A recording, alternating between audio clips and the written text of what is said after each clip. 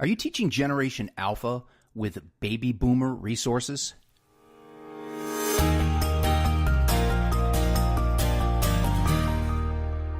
Welcome to Hack Learning. It's what you can do tomorrow.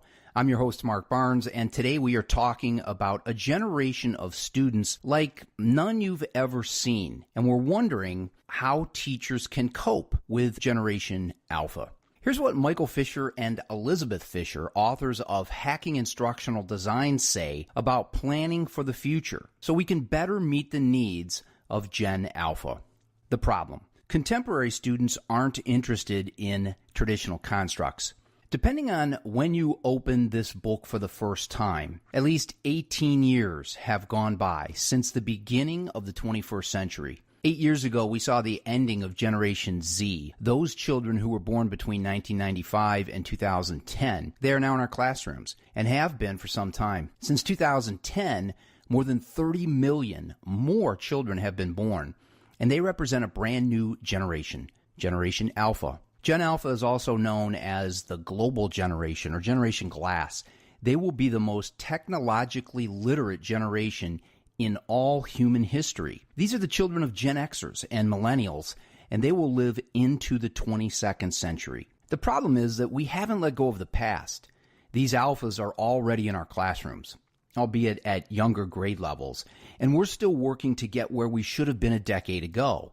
We are preparing for Generation Alpha while still considering Generation Z's needs, while using Generation X's resources and baby boomer content. It boggles our minds when we walk into schools where they tout their readiness for the 21st century.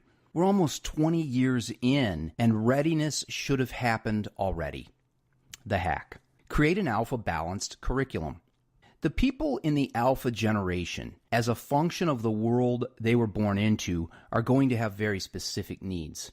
Teachers will need to examine their curricula for opportunities to engage this generation of learners, and this includes all access to everything all the time.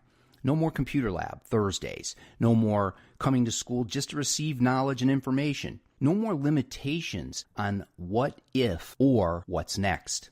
Gen Alpha also insists on being entrepreneurial. They want to learn, apply, and create in many learning situations where the creation or the deliverable is relevant to other audiences, and specifically paying audiences. They want to create content of substance and worth, stuff they can share with the world, not just turn in to a teacher.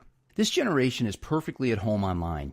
In fact, even the youngest members are already fluent in a multitude of devices and can search by voice for just about anything they want, from making slime to finding out how to play a new game or discovering the quickest way to clean something up that they don't want mom or dad to find first. Let us reiterate here. These Gen Alphas don't need to know how to read to begin searching digital devices. Traditional print literacy is no longer the main literacy entry point. Gen Alphas, while a well-connected generation, will not necessarily have the same social skills as previous generations. They are comfortable and will seek out online interactors at the expense of physical, live human interactions. Because of this, teachers will need to be cognizant of soft skills, as well as what Michael Fullen and Andy Hargreaves describe as social and human capital. The planned curriculum for these students should be in balance with these needs. Teachers need to care about the world their students are currently living in and the world they will graduate into. Knowing this, in partnership with existing instructional practices, creates a contemporary curriculum that is inclusive of Generation Alpha's needs and the responsibilities of the teacher. What we've done up until now in education has worked for the majority of students, but those methods and practices will wane in effectiveness as time moves forward. What you can do tomorrow: plan for 24/7 access across multiple devices. Teachers will need to be more considerate of skills rather than content. The what is out there already. The how and the why are still critically important. Devices are a requirement in the classroom, just as paper or pencils or chairs are choice items. Contemporary learners need experiences with all these materials, including different types of devices that allow for different functions.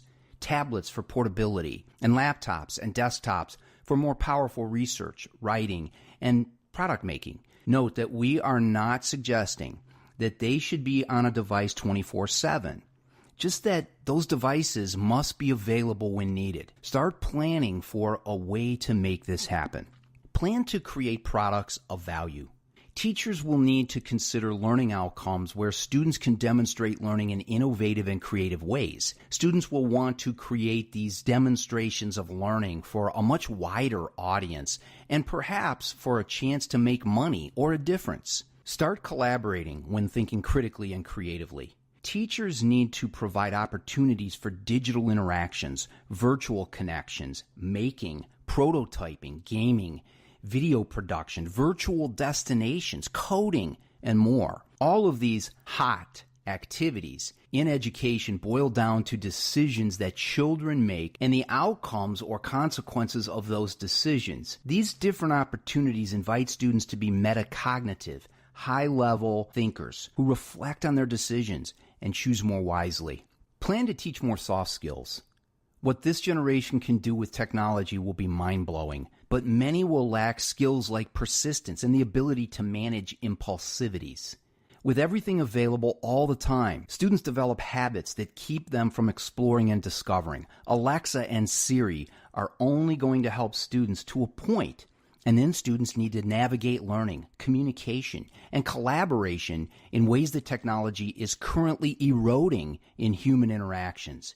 Be prepared to help them with these skills so they can move forward into the world purposefully and successfully. Final thoughts. Generation Alpha, and by extension, Millennials and Generation Z, will increasingly need to see a high degree of equilibrium between their worlds outside of school and how they interact and learn inside of school. This has been an excerpt from Hacking Instructional Design, 33 Extraordinary Ways to Create a Contemporary Curriculum by Michael Fisher and Elizabeth Fisher. This is Hack 29 of 33.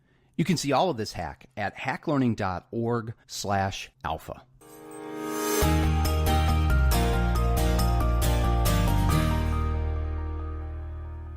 This has been the Hack Learning Podcast. I'm your host, Mark Barnes. For more episodes, visit us at hacklearningpodcast.com.